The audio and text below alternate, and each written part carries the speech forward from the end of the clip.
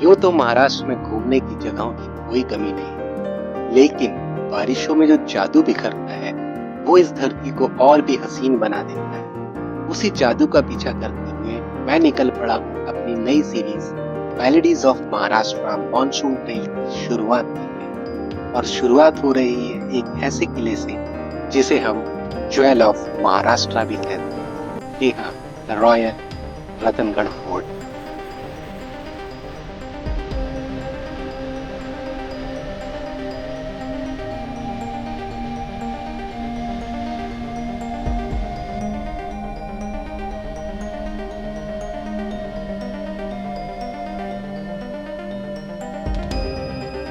ये है रतनवाड़ी, एक छोटा सा गांव जो कि बेस विलेज है रतनगढ़ फोर्ट का। और ट्रैक शुरू करने से पहले इस गांव को एक्सप्लोर जरूर करना, क्योंकि यहाँ है 1200 साल पुराना खूबसूरत अमृतेश्वर मंदिर। बट इससे पहले मैं आपको अमृतेश्वर मंदिर अच्छे से दर्शन करवाऊं, पहले ये जान लीजिए कि रतनवाड़ी तक आना कैसे है। तो हमारा सफ़र शुरू हुआ दादर स्टेशन से, जहां हमको पकड़नी थी 12:26 की लास्ट कसारा लोकल।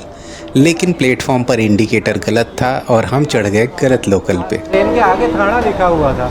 चलो अब जहाँ भी जा रही है जाते हैं।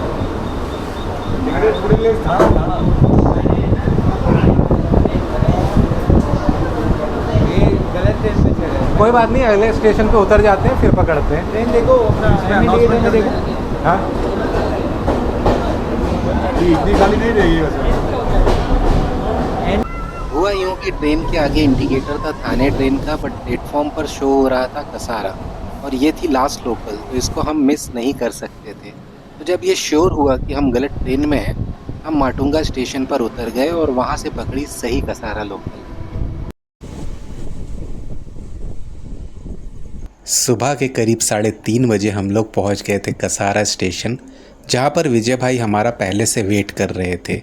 क्या होगा? इनका नंबर मुझे एक YouTube वीडियो से ही मिला था और मैंने इनसे कॉल करके बुकिंग कर ली थी। अभी आप इनका नंबर स्क्रीन पर देख रहे हैं।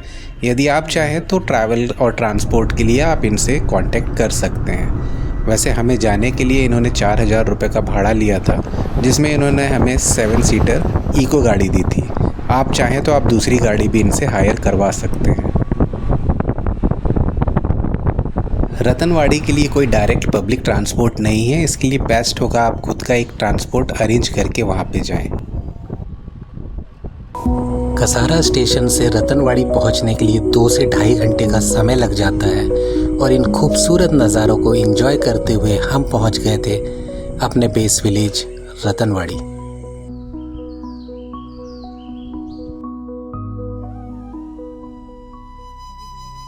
शिव को खोजना हो तो सिर्फ हिमालय ही नहीं, सह्याद्रियों की घाटियों में भी इतिहास की गूंज सुनाई देती है। और आज हम पहुंचे हैं एक ऐसे ही मंदिर में जो लगभग 1200 साल पुराना है, रतनगढ़ किले की गोद में बसा अमृतेश्वर मंदिर। ये मंदिर सिर्फ पत्थरों से बना एक ढांचा नहीं है, ये इतिहास, श्रद्धा और भारतीय स्थापत्य कला का एक जीवित प्रमाण है। 9वीं शताब्दी में शिलाहार वंश के राजा झांझा ने इसका निर्माण करवाया था, और तब से यह मंदिर आज भी शिव भक्तों का प्रमुख तीर्थ स्थल बना हुआ है। हेमाडपंथी शैली से बना यह मंदिर खास इसलिए भी है क्योंकि इसे बिना सीमेंट या गारे के केवल पत्थरों को जोड़कर बनाया गया है। इसके मंडप की 12 सुंदर नक्काशीदार स्तंभ, पश्चिम मुखी गर्भगृह और कलात्मक शिवलिंग इसकी धार्मिक महत्ता को और बढ़ाते हैं। पास में बना एक सीढ़ीदार जलकुंड, जिसमें विष्णु और गणेश जी की भी मूर्तियां हैं, मंदिर की कला को और समृद्ध करते हैं। अगर आप रतनगढ़ ट्रैक पर आ रहे हैं तो अमृतेश्वर मंदिर की शांति और इसकी पौराणिकता को महसूस किए बिना आपकी यात्रा अधूरी ही मानी जाएगी।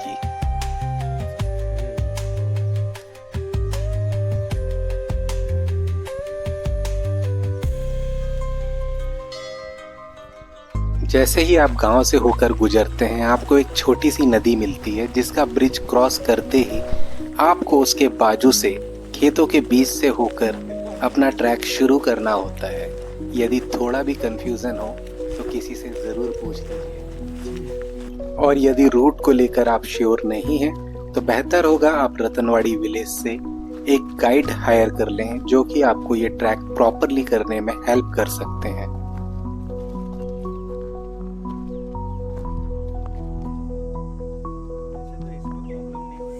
तो ऑन दी वे हमें एक वॉच टावर मिला जहां से व्यू कुछ ऐसा था दोस्तों।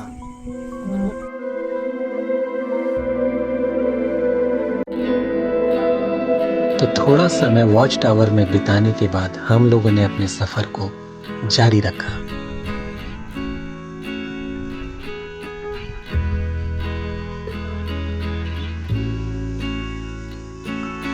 तो आप लोग भी जब आओगे तो आप लोगों को एक वाटर तालाब वगैरह मिलेगा, उस तालाब के किनारे से आपको आना है और उसके बाद फिर आपको प्रॉपर ट्रेल मिलेगी। ट्रेल की कोई प्रॉपर मार्किंग नहीं है यहाँ पे।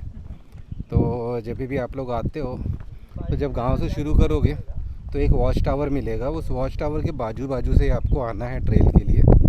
और फिर वो ट्रेल जैसे ही आगे आएगी, आगे आने के बाद आपको एक तालाब मिलेगा, उस तालाब पे आपको थोड़ा किनारे से निकलना है। ट्रेल प्रॉपर दिखती नहीं है लेकिन उसको फॉलो करेंगे आगे तो फिर आपको ये प्लाटू मिलेगा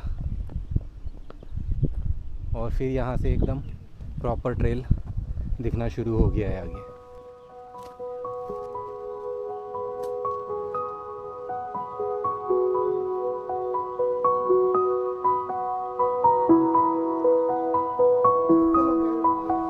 तो गाइस अभी थोड़ा आगे चल के हम लोगों को अब यहाँ पे मार्किंग मिलनी शुरू हुई है। इनिशियली तो बिल्कुल भी मार्किंग नहीं मिलती और अलग अलग रास्ते हैं तो बहुत ज़्यादा डिफ़िकल्ट होता है, लेकिन अब जाके यहाँ पे जैसे ये थोड़ी दूरी पे हम लोगों को ये रिबन दिख रहे हैं जो कि एक मार्किंग का साइन है।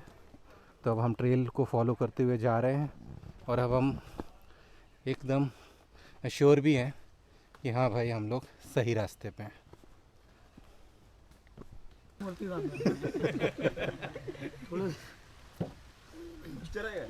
करीब 45 मिनट्स के ट्रैक के बाद हम लोगों ने एक छोटा सा ब्रेक लिया। साथ ही में हमें 2 और ट्रैकर्स ने ज्वाइन किया जो अपनी ट्रेल नहीं ढूंढ पा रहे थे, तो वो भी हमारे साथ ही चल दिए। और अभी फ़िलहाल बैठ के हम लोग थोड़ा आराम कर रहे हैं और थोड़ी मस्ती मजाक चालू है।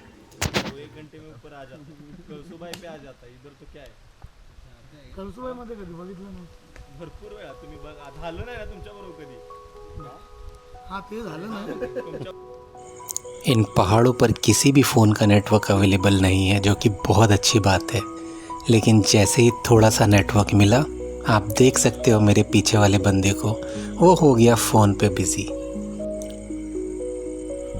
लेकिन मुझे तो नेटवर्क की कोई चिंता थी ही नहीं, तो मैंने अपने सफ़र को जारी रखा क्योंकि मुझे तो करना था अपने ट्रैक को जल्द से जल्द कंप्लीट। अब यहाँ से वापस से घना जंगल शुरू हो गया है, लेकिन घने जंगल में चलने का एक फ़ायदा हो रहा है कि जो बारिश हो रही है उस बारिश की बूंदों से हम लोग बचे हुए हैं और मौसम भी एकदम ठंडा हुआ है और सुहावना है, उतनी थकान नहीं हो रही है।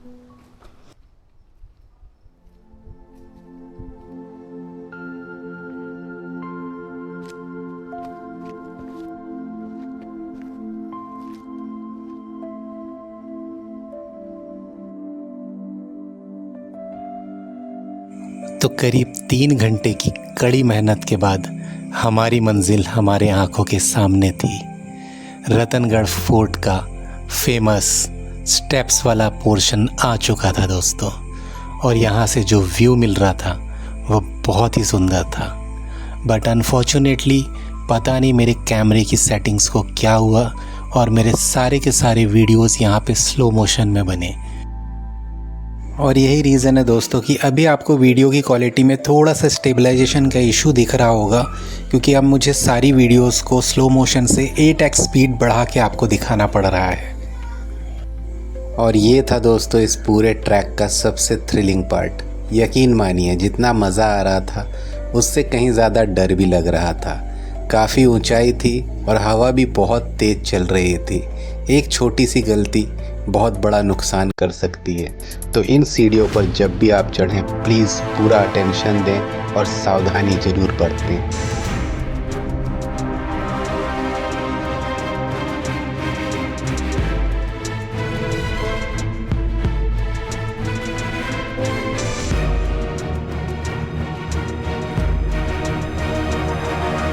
बहुत ही बड़ी सीढ़ियाँ हैं दोस्तों, देखने में छोटी लगती हैं लेकिन जब आप चढ़ना शुरू करते हैं तो इनका अंत नहीं होता है। बहुत देर के बाद, काफ़ी सीढ़ियाँ चढ़ने के बाद, लगभग 12 से 15 फ्लोर की जितनी सीढ़ियाँ हैं ये, इसे कंप्लीट करने के बाद फाइनली हम लोग पहुँच जाते हैं टॉप पे।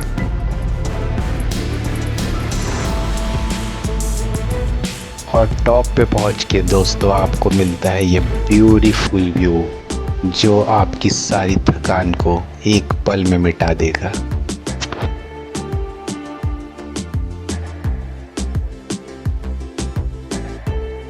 रतनगढ़ फोर्ट ट्रैक के लिए 2 बेस विलेज हैं, एक सामरत और एक रतनवाड़ी। सामरत से ये रूट थोड़ा डिफ़िकल्ट है, यदि आप बिगनर हैं तो आपको रतनवाड़ी ही चूज़ करना चाहिए, और यदि आपको रूट का पता नहीं है तो वहाँ से एक ट्रैक गाइड ज़रूर हायर कर लीजिए।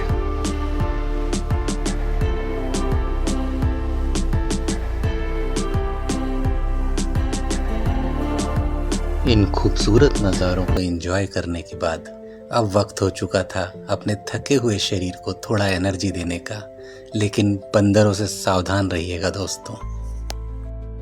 थोड़ी पेट पूजा के बाद जब शरीर में एनर्जी आ गई तो हम निकल गए रतनगढ़ फोर्ट को एक्सप्लोर करने। यहाँ पे अभी भी बहुत सी ऐसी चीज़ें हैं जो देखने लायक हैं। सामने आप देख सकते हैं एक बुरुज है, उसके पीछे एक छोटा सा कुंड है। फिर आप यदि आगे जाते हैं तो आपको वहाँ पे मुख्य दरवाज़ा मिलता है, नेड़े देखने को मिलता है जो कि एक रॉक कटिंग है जिसके बीच से आपको कम्प्लीटली एक होल दिखता है और जो बहुत ही खूबसूरत है। टॉप पे पहुँचने के बाद भी करीब 1 से 1.5 घंटे का समय आपको और लग जाएगा पूरे फोर्ट को कम्प्लीटली एक्सप्लोर करने के लिए। तो जैसे मैंने आपको ऑलरेडी पहले बताया कि मेरे कैमरे में कुछ इशू हो गया था, तो जिसके कारण आगे की वीडियोस में मैं नहीं बना पाया, और ये सारे वीडियोस मैंने मेरे फ्रेंड से लिए हैं। तो थैंक यू महेश भाई फॉर शेयरिंग दीज वीडियोस।